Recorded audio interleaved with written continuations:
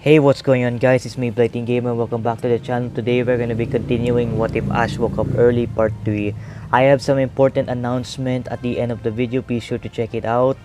And let us start. Our story continue where Ash and Brock headed to the Orange Archipelago, but they don't know how to get there. But luckily, Ash won both of them a free trip to the islands by blimp. Team Rocket has been assigned by Giovanni to take care of the blimp, but his actual reasons to get the insurance money. Now the blimp episode goes the same. After a seesaw landing the blimp and made it to Valencia Island and meet Professor Ivy, the duo are introduced to the GS ball. Professor Ivy gave it to Ash, deliver it to Professor Oak, and it can't be transferred for some reason. After staying in the lab, Brock decides to stay and explain why he wanted to help around the house. Ash gave Brock his old amber to remember him by. They both shake hands and say goodbye. Ash got some tickets to the same blimp by some random pilots, but then he got trapped by Team Rocket. They wanted their revenge after trashing their blimp, wanted to steal his Pokemon as well. Before Ash sends out one of his Pokemon, Togepi jumps and uses metronome, confusing everyone, but then a huge explosion happened, making Team Rocket blasting up again. And Ash, before falling, sends out Pidgeot and grabs Togepi, fly to a nearby island. He looks around for a while, then spotted a bunch of people beating up Lapras. Ash is angered by this, stopped the trains from hurting the Lapras, but now they're gonna fight. They send out their Pokemon, but before it starts, Tracey appears and stalls long enough for Officer Jenny to arrest them.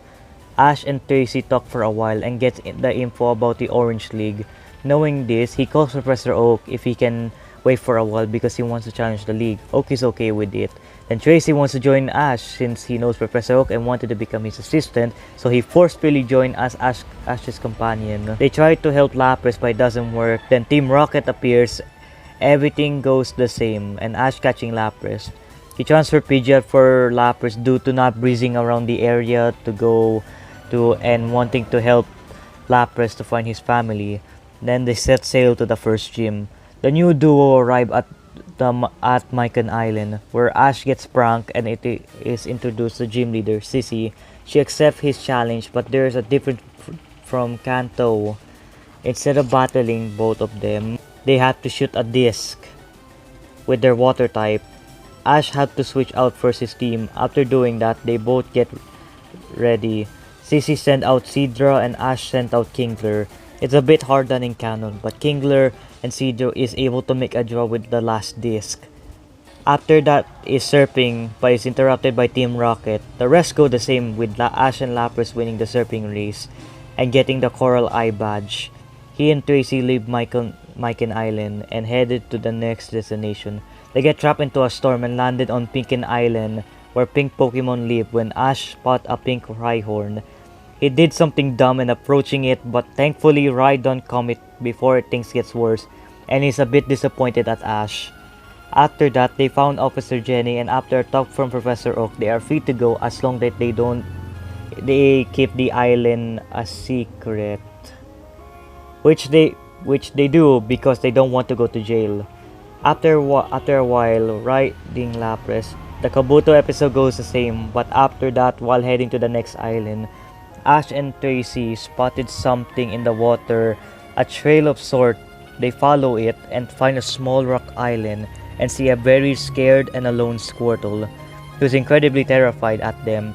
Ash tries to befriend it, but it doesn't work, and also it has a scarf for some reason. Maybe someone lost it. Ash tells Squirtle they could help him to get back at his home somewhere, but before Squirtle can answer, Team Rocket kidnapped the Squirtle. Ash and Tracey did their best, then with Charizard, Ivysaur, and Marill, they made them blast off. Squirtle, after seeing Ash's determination and not giving up, he decided to join him. Ash's Pokédex asks if he wants to switch out a Pokemon. He decides to pick Togepi, but before that, Ash talks to Togepi about Squirtle need to help to get back to its home. Togepi is sad and reluctant to be back at the lab, but Ash reassures it that they will meet again, promise to bring it back once he's done with the league, and train hard as well in the lab with the rest. They hug and Ash selected Togepi for Squirtle. After helping out Nurse Joy, she directed them boat to the next gym, and they finally made it to Naval Island. They meet Danny and headed to the top of the mountain, and after a short encounter with Team Rocket, they made it to the top. Danny reveals himself as the leader and tells Ash his two challenges. The first one is to go the same, where Lapras loses to Nidoqueen in a freezing the water geyser. Next is sled building. Ash wins easily with no problem with Charizard, Primeape, and Rhydon. Next, sled racing. Ash uses Ivysaur, Squirtle, and Primeape. Tracey is unsure about Squirtle, but Ash believes in Squirtle and gives him a determined speech to him. Ivysaur and Primeape also joins in to help Squirtle. After that, the race with Squirtle is the booster, Ivysaur and Primeape are the steerers and controllers with Ash, and they won the race. Ash gets his Sea Ruby badge. After leaving Naval Island, they headed to the 7 Grapefruit Island, and after some shenanigans with Snorlax, Ash catches his totally not 6 move Snorlax, and it's transferred to the lab. They reach Murcott Island, and Ash captured a lot of bug types since no Misty from stopping him. He captured a Caterpie, another Weedle, Paras, and a young Scyther. Tracey still catches himself an old Scyther and take him to the Pokemon Center, and things go the same and leave the island. They reach Mandarin Island after battle using Ivysaur and Squirtle. He shows up and being arrogant, and the duo meet Prima, and Ash challenges her, but she's not in the mood. But after being an annoyance, she accepts a one-on-one duel. She sent out Slowbro, and Ash sent out Charizard.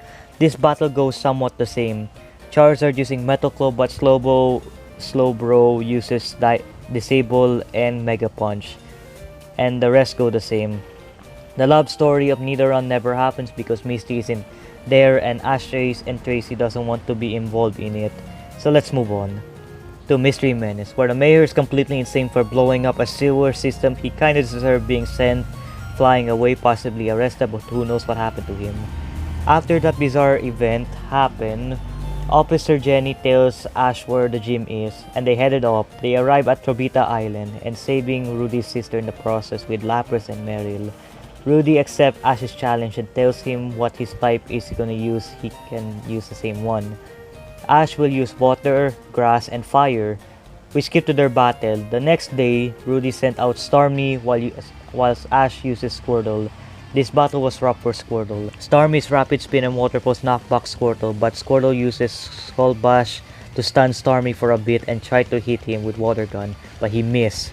After a long battle, Squirtle and Stormy clash with Rapid Spin and Skull Bash, causing a double knockout. Next is Ivysaur and Executor. This go a little bit easy for Ivysaur since he doesn't need to rely on Sleep Powder because he's evolved. And then he finished it off with Solar Beam. Final round, Charizard vs Magmar. Charizard uses Air Slash, but Magmar dodges it and uses Fire Blast. It doesn't affect much, but it hurts a bit. Charizard counter it with Metal Claw, which it hits, but Magmar uses Thunder Punch. It deals a lot of damage to Charizard. Rudy finishing this off with Skull Bash, but Ash has a plan. He tells Charizard to grab Magmar, then throw Magmar into the air, follow it with Air Slash, and then finish it off with Metal Claw. Ash won his Spike Shell badge and surfed to the next island. While traveling to the next island, on Lapras, Ash Tracey bump into another trainer named Tad. He wants to battle Ash since he heard that he was a strong trainer, so Ash agrees to battle him. Ash sends out Charizard against Tad's Poliwrath. Charizard uses Flamethrower but it doesn't budge Poliwrath. Retaliates with Hydro Pump. Charizard nearly got hit by it, but Poliwrath followed this with Ice Beam. To anyone's surprise, Poliwrath managed to freeze Charizard, so Ash unfreezes him, and being encouraged by Ash to not give up, he learns a new move, Dragon Rage, which he uses to defeat Poliwrath.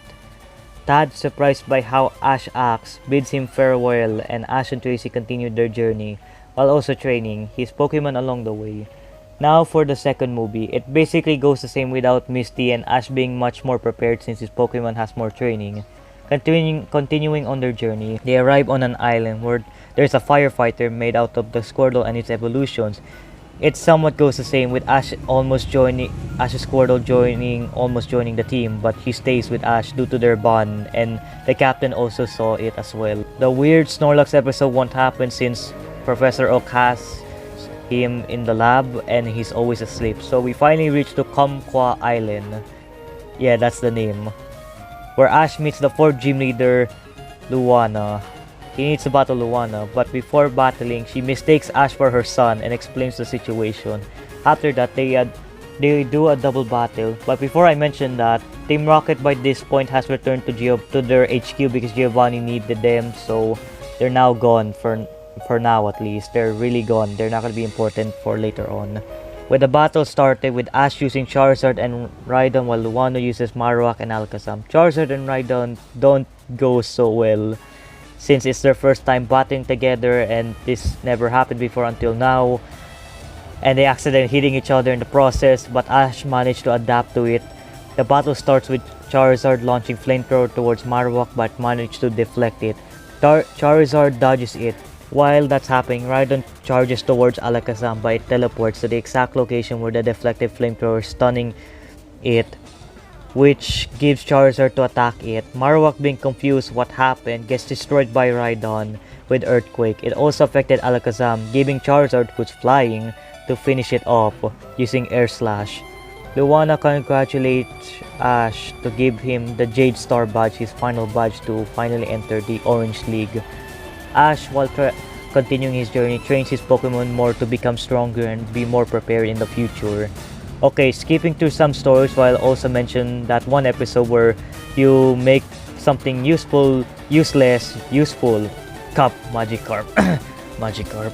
Arriving on Pomelo Island, Ash registers and meets the champion Drake, which he challenged with a 6v6 battle, sending out their first Pokemon with Ash's Primate and Drake's Ditto, which obviously transform into Primate. The battle is even, which neither side is not giving up, but at the end, both use a Mach Punch. Ash's Primate won, but then faints afterward. Next is Drake's Gengar vs Lapras. It relatively goes the same.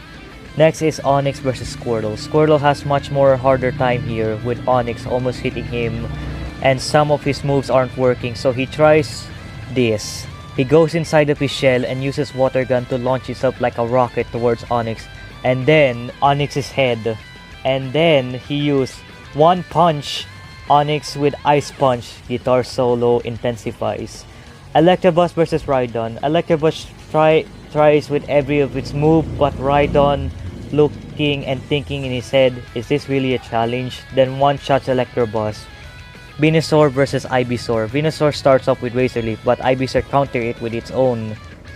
It's a pretty long battle since, well, you know, one's fully evolved and the other one, but in the end, the two Solar Beam clash. With sheer determination, Ivysaur managed to beat Venusaur in their clash with the two beams. And now, finally, Charizard versus Ultra Instinct Dragonite. Charizard should fight better here since he already trashed Ash for a long time and he saved him for last. Charizard goes for Metal Claw, but Dragonite tanked it and gets hit by Water Gun. Then when Charizard uses Flamethrower, but Dragonite dodges it. While dodging, Charizard used Point Blank Dragon Rage. It hurts Dragonite. For a long battle, it managed to land Metal Claw and Dragon Rage once, or twice, or a few times. But after 10 moves, he got beaten. Ash sweats intensifies with Nervous, but he recollects himself. He sends out Ivysaur. It tries its best, poisoning Dragonite, but it's not enough to beat him. Ash then sends out Rhydon.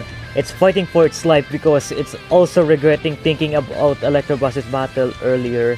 But after a while, it uses Smackdown, promptly flatten Dragonite. Combined with the poison, it couldn't take more and faints as the crowd goes wild. Ash is given the trophy by Drake and Tracey congratulating him, and Ash thanking his Pokemon because they won. Now they go back to Pallet Town. They come across Lapras' family and it goes the same with a weird Electro one. Returning to Pallet Town, everyone congratulates him and he finally reunites with Brock, who is for some reason won't tell why he's back. We all know why. His simpness got him defeated, of course. He also meets Gary again, which he challenged to a battle. He was kind of hesitant at first, but agreed on the 1v1. Squirtle vs Eevee.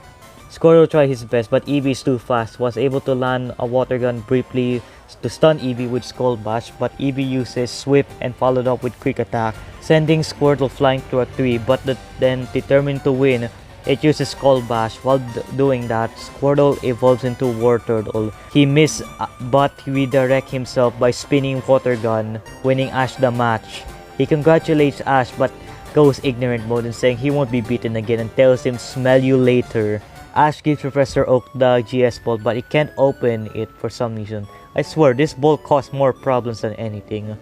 So Oak asks Ash to find Kurt, the Pokeball expert in Johto. With all of his rivals going there, he agrees, but this time he's joined with Brock, with Tracey staying behind to become Professor Oak's assistant. But before leaving, Oak tells Ash to leave some of his Pokemon since he's going to a new region. He left Rhydon, Primate, and War Turtle, and kept Charizard, Ivysaur, and Togepi, who's happy to be back. Ash and Brock say goodbye to everyone, and they headed off to the Johto region, encountering new adventures and new Pokemon. And that is what we're gonna be leaving things for right now. I hope you guys enjoyed this video. I really am sorry guys if I'm sound a bit weird or something, and I'm really sorry for that because I'm done with my exam and I was resting. Me and Baboon Lord were trying our best, but okay. But here's my announcement. So I'm going to be doing a Pokemon marathon. Basically the next few videos are gonna be Pokemon what ifs, and also a very special, I have 2 new Pokemon what ifs planned, but one of them is very special. It's a Sinnoh what if. I want you all to predict what kind of what if is it. So that is all my announcement. I hope you guys leave a like, comment, subscribe. Be sure to check out Baboon Lord's channel, and please don't forget to share this video if you want to. Please, I hope you appreciate it. I hope you guys enjoyed this video. Thank you everyone for watching. Goodbye everyone.